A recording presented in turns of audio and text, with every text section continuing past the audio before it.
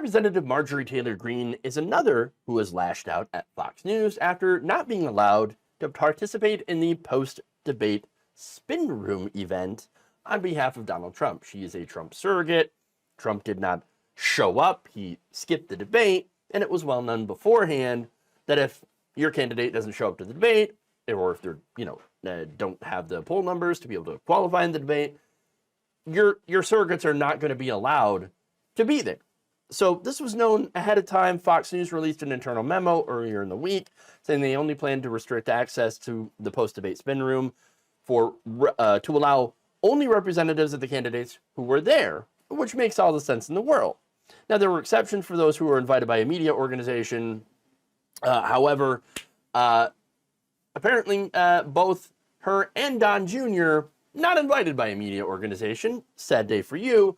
That said, Greene is going to claim that Fox News was engaging in censorship. I just came from backstage. Now, this is a Fox News hosted debate, Brian, and they have something called the spin room, which is common at presidential debates. This is where, after the debate, people are supposed to be able to go in, people that are surrogates for the candidates. I'm a surrogate for President Trump. I'm also a member of Congress. And I just want to go ahead and let you know, and for the audience listening, they just blocked us out.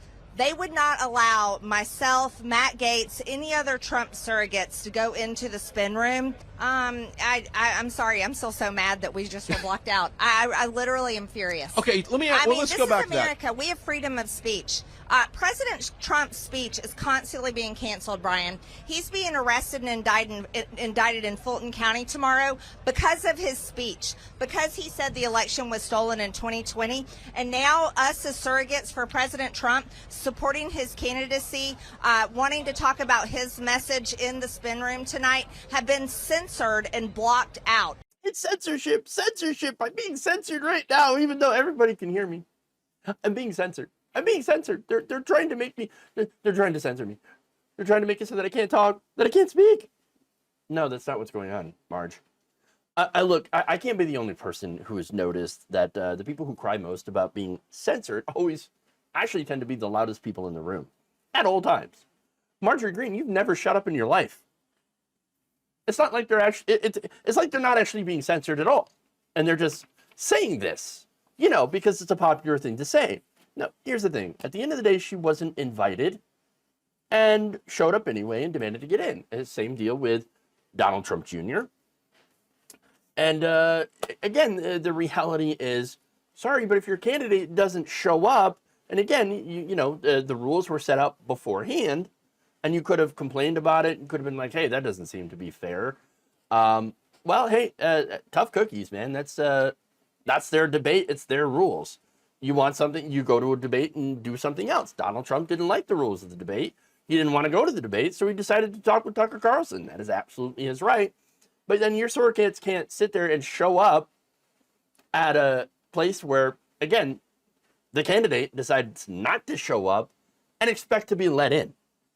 So look, here's the thing that it reminds me of, and I know I'm probably going to get in trouble with this, but because I know that there's a lot of people out there saying that calling someone an entitled Karen is a slur, right?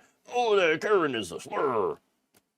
Yeah, okay, sure, but I'm sorry, but that fits Marjorie Greene to a T. Because again, the whole idea of calling someone a Karen is just that they're an entitled white woman, right? Well, that's Marjorie Greene. She is an entitled white woman who thinks she can show up to somewhere that she was not invited to, and when they don't let her in, because they were never going to let her in, unless, of course, her candidate showed up, which he had the option to, she then whines about how unfairly everyone has been treating her. Do you know who I am? It's censorship. It's censorship. No, we know who you are, and we don't care. You got to follow the rules, okay, of this network. Sorry. Look, at the end of the day, this is, once again, Marjorie Taylor Greene grabbing attention. But what makes it more pathetic is that this is not even original. Don Jr., as I mentioned, he did the same thing. I had a video on that. And so that makes me think that all these Trump surrogates had a meeting beforehand, right? So maybe they did a little networking, and they're like, hey, guess what we're going to do? we're gonna show up to this spin room anyway, and when they don't let us in because we weren't invited, we're gonna complain about it. So I mean, maybe it's that, or maybe it was just both individuals thought, hey, this would be a great way to grow the brand, to have people talk about us, and by the way, to attack Fox News, which seems to be pretty popular for some members on the right. And, you know, Right Side Broadcasting Network, Newsmax, etc. They are giddy. They can't wait to attack Fox News because Fox News happens to be much, much larger than they are.